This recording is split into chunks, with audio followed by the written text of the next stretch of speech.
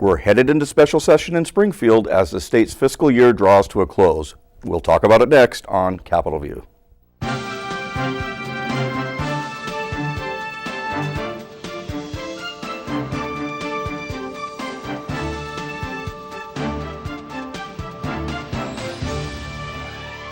Welcome to Capitol View, the weekly program where we talk about state government and how it might just affect your life. Joining me, Bruce Rushton, this week on Capitol View is David Dahl, reporter for WTAX Radio. Welcome, Dave. Hello. And Andy Maloney, reporter for the Chicago Daily Law Bulletin. Thanks for coming, Dave. Yeah, it's good to be back, Bruce. Great. Well, it's been a busy Thursday. We tape on Thursdays, and a lot happening as we head into the weekend here. Governor Bruce Rushton has just announced he's calling legislators back for a special session that's scheduled to start next week in Springfield and last for 10 days. I presume we all have read the proclamation from the governor saying that there's going to be a special session.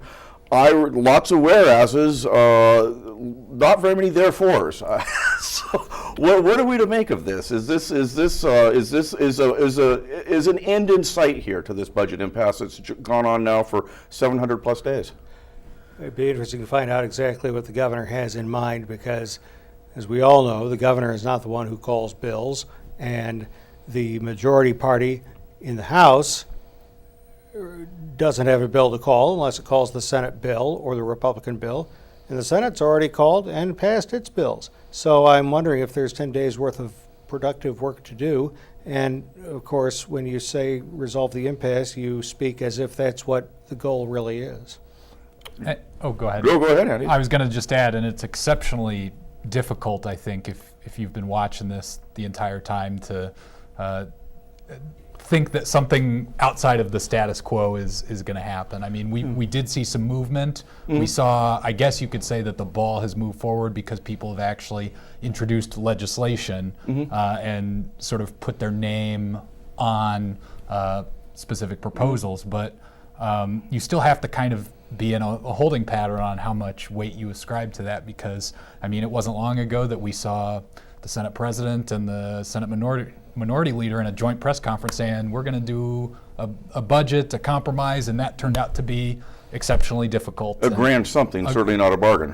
It was a deal that, yeah, obviously the form that we ended up with, not everybody agreed on and compromised on, so it was difficult. It's hard to kind of go against that idea that something is finally going to resolve this. I mean, you say, Dave, as if that's what the goal is, and so I'll get back to that in a second, because I'm kind of wondering maybe if there's an ulterior motive here. I'm struck by 2 years ago, with the end of the governor's first session, we came to the end of it and there was no budget. He was asked, are you going to call a special session? And this was at a press conference at the governor's mansion. And he said, why would I do that? That's kind of a waste of time and effort because we're not close. What has changed here, if anything? I mean, is there something different aside from the passage of time that's different now than it was 2 years ago when the governor said there's no point in a special session? We're closer to July 1st, okay. And it'll give the governor certainly a number of opportunities to say, here, we've got 10 days to do this work that could have been done 2 years ago, work that could have been done in the first 5 months of this year. Yeah. So I'm, number one, a little bit lost to think of what really is going to get done, and two, a little bit surprised that in late May the Speaker didn't call the Senate passed budget bill at all, if for no other reason to force folks to take a vote. Yeah. So the only thing I can think of is when Rob Blagojevich was governor 10 years ago, 9 years ago, there were special sessions during the summer, and they consisted of gaveling in, gaveling out, and that was the situation. Yeah. I mean, the one thing that I've seen that seems more concrete than anything is something about a $36 billion spending cap. Is that at least something? I mean, have we at least drawn some kind of a line? The Republicans' bill is said to be not all that different from the Democrats' bill, although and when I say Democrats, I mean the Senate Democrats, the bill that passed. On Wednesday, House Minority Leader Durkin and some other Republicans unveiled some legislation, and it wasn't too specific as to raising revenue. And when we're talking about Senate Bill 9, that's the revenue bill, the tax increase bill that passed the Senate. And again, the Republicans aren't entirely specific about embracing everything that's in Senate Bill 9, highlighted by the increase in the income tax to 4.95%. But what the Republicans say they do want is for a tax increase to be temporary, the same length as a property tax freeze. 4 years? 4 years. Yeah. It sounds good, doesn't it? 4 more years, I guess. It sounds good. Your property taxes are too high. I'm going to do something about it. Yeah. Well, you know, if it is a $36 million hard line, has there been much talk about, okay, other than raising the income tax, what else have they talked about here in terms of filling this gap between, you know, how much do we owe now? 14 billion? That's going to have to be bonded. I mean, yeah. I don't think they can tax their way out of that. But okay. On autopilot, the state spends about 40 billion and takes in about 32, 33 billion. Mm-hmm. They don't want to do autopilot anymore. At least most of them don't. And in terms of the revenue, there's been a whole array of things, a menu of ways to raise revenue, and one by one, they've been lobbied their way out of it to the point where the sales tax on services that has been talked about would raise maybe $55 million, am I right? It's not even $100 million. Yeah, what happened to that? We're talking about a multi-billion-dollar deficit. Well, the home repair lobby and the, you know, really the only folks, in fact, Toy Hutchinson, the senator who is sponsoring the bill, joked about it. The tattoo people don't have a lobby. You stole the words right from my mouth. I mean, we're talking about, you know, taxing tattoo artists and folks who mow your lawn, but we're not talking about taxing accountants, really. We're not talking about taxing attorneys. I think barbers are somewhere in between. I mean, whatever happened to this idea of a broad-based tax on services to take advantage of a modern economy? As you know, once again, it depends on whose ox is getting gored. Some people like the idea of a sugar tax, you know, sugary sweet beverage tax. Some people like the idea of a tax on financial transactions. Some people like the idea of a tax on, you know, dry cleaning or whatever. But again, the lobbyists have gotten it to the point where there's not very much that can pass. No one really wants to vote for a tax increase. Well, sure, you know, nobody ever does, but it has happened. I mean, historically, I mean, the person whose head I think rolled most of all was the governor in 1970 when he initiated the income tax. That's kind of the most infamous one. He couldn't win re-election, but I think Kent Redfield, who's been on the program several times, has looked at this issue in depth and has pretty much researched this to the point of being fairly certain that voting for a tax increase, the way it's traditionally been done in Illinois, doesn't really cost legislators their jobs because they can pick and choose and do targeted ones and structured roll calls. And what do you think? That was the point of the grand bargain. Yeah. It was all supposed to happen together with all the bills going up or down together, and that way maybe I can withstand voting yes on a tax increase. You can't. That's okay. Sure. Then maybe I can't withstand voting on the pension changes, and you can't. And I would also add that as much as it was possible, the idea of voting for a tax increase, especially if you're a Republican, has become more and more toxic as the years have gone by. I mean, you know, people can target you maybe a little bit easier. They can use the internet to get the word out against you. There are avenues to at least attempt to make people pay if they vote for a tax increase. And this has become something that no Republican wants to swallow. In fact, I found it illuminating that you said they want to alter Senate Bill 9, the revenue bill. You know, no Republican wants to introduce their own kind of tax increase, even if it would have been very similar as a bill. I don't think they want their names on it, even if they're saying kind of as a general proposition, a lot of us are willing to put a vote on it. I want to point something else out too, if I may. In addition to the whereas resolution, the governor issued a Facebook statement, a Facebook video, and said people in the legislature need to be worried about the people of Illinois, not their next election. Well, on whose behalf are we seeing all kinds of ads for the next election? The governor, and really only one other person. So the legislators are being asked to take a tough vote, and it maybe simultaneous with the same legislators having Governor Rauner rain down on him with his duct tape and this and that. Well, yeah, go ahead. I was going to say, your initial question too was what had changed since he said a special session might be a waste of time versus now when he's calling a 10-day special session. That's another element, is we're closer to 2018, an election. I think perhaps there are some anecdotal arguments there about pressure building. We've seen a number of shoes drop and ways that this budget impasse has gone from an abstraction to, in a lot of people's minds, to actually really affecting people in concrete ways. So maybe that's another component to it, is that he felt like I've got to do something. I've got to get school open. That's a promise he made, and that's something he's always been able to do. Well, I mean, again, that's been the big game of chicken this time around, is will they let this continue and pass some sort of ancillary or stopgap measure to let the schools open while the rest of this continues to devolve, or is this, okay, we really mean it this time, but if we don't solve this, the schools aren't going to open?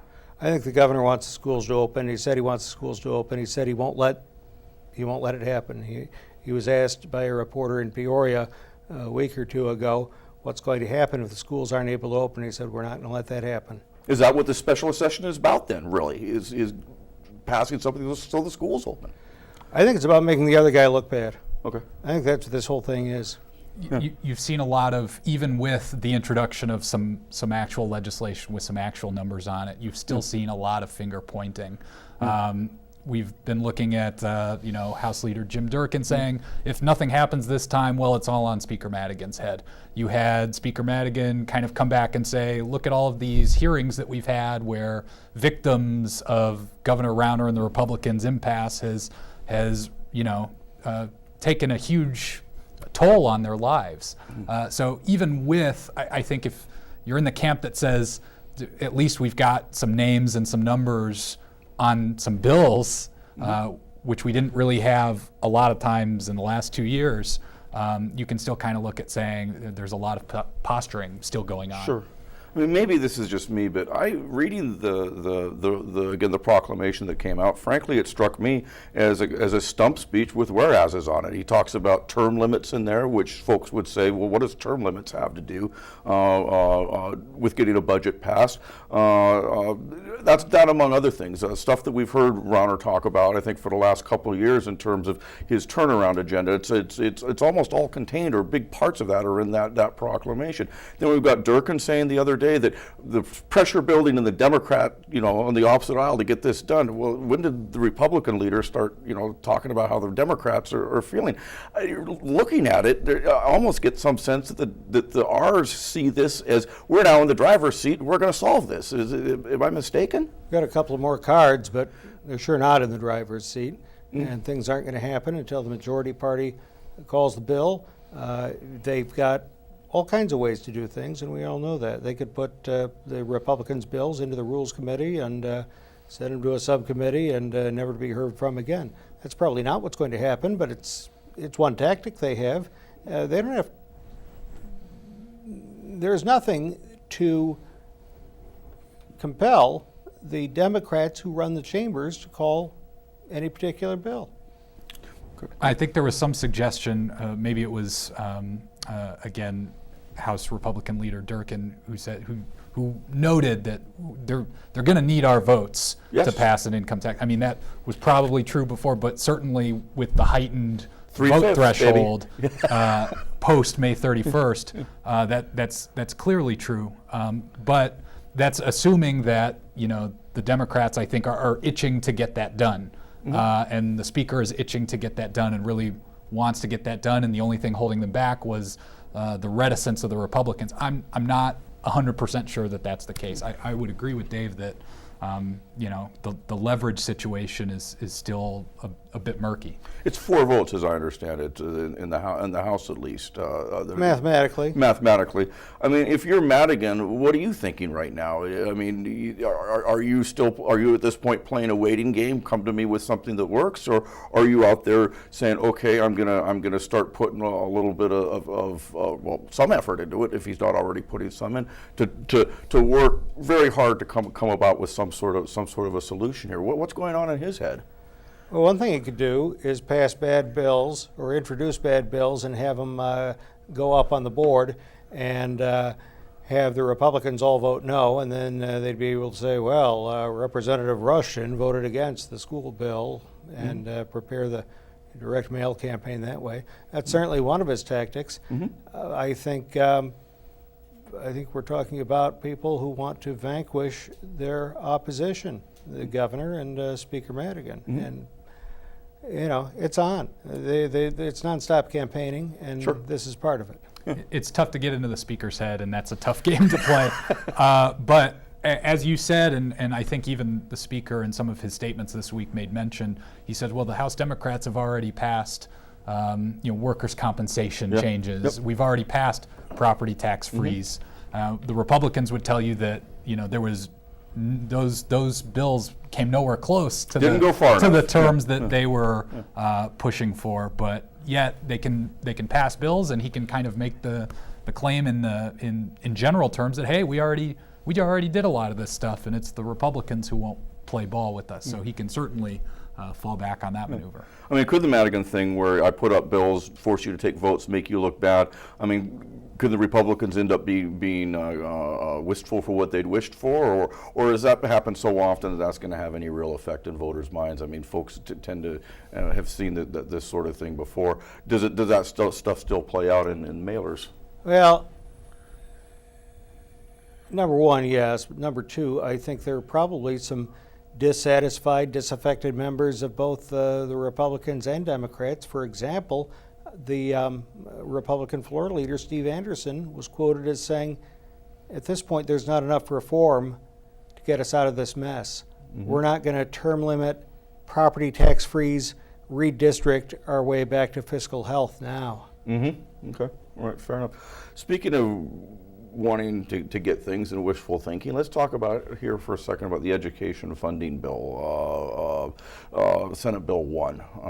That's the one that would reform the state's funding formula for K through 12 education, which currently ranks, most experts would agree, dead last amongst the 50 states in terms of fairness. If you live in an affluent area, you get money for schools, and if you live in a less affluent area where the kids are probably more in need, then you don't get as much money, and that's largely a byproduct of how heavily reliant we are on property taxes. And that's the bill, is aimed at trying to address that. It's something that's been pushed by Senator Andy Maloney for a number of years, and it's finally passed both houses, but faces an uncertain future here. Oh, I think its future is certain. Well, what is its future, do you think? I think its future is a veto. Okay. Maybe at a school assembly in Chicago, the governor will have a public veto ceremony. Okay. I kid. Well, he's gone to the lion's den before, so. Yeah, it's one of those things that is kind of a good illustration of the State House paradox almost. It's something that everybody agrees needs to be fixed. Sure. And everybody says they want to get fixed, but then when it comes to putting down specifics, it's really controversial. I think this particular bill had the bare minimum number of votes in the House, if I remember correctly. So an override likely isn't going to be possible. Right, Okay, exactly. yeah, right. That's a good point. It was the governor's education secretary who came out, Beth Purvis, Beth Purvis, and said, "Well, it's 90% of what he wants, but that's not good enough." Let me challenge you on that, and not to throw shade on any of our friends at any of the papers, but that was not a direct quote. Okay. I'm not sure where that 90% came from, and I'm pretty sure that it's not 90% of what Bruce Rauner wants. Right. I think the Chicago problem, the bailout for Chicago, special deal for Chicago, I mean, that's clearly more than 10% of the problem. So whether she was misquoted, whether the quote was taken out of context. Or perhaps she can't do math as well as some of the rest of us are able to do on 90%. I would hope she can do math. Okay. At what we're paying her. Nevertheless, I'm not sure where that 90% is really tied to. As I said, it wasn't a direct quote, and I'm sure that Governor Rauner is not going to admit that he ever said that.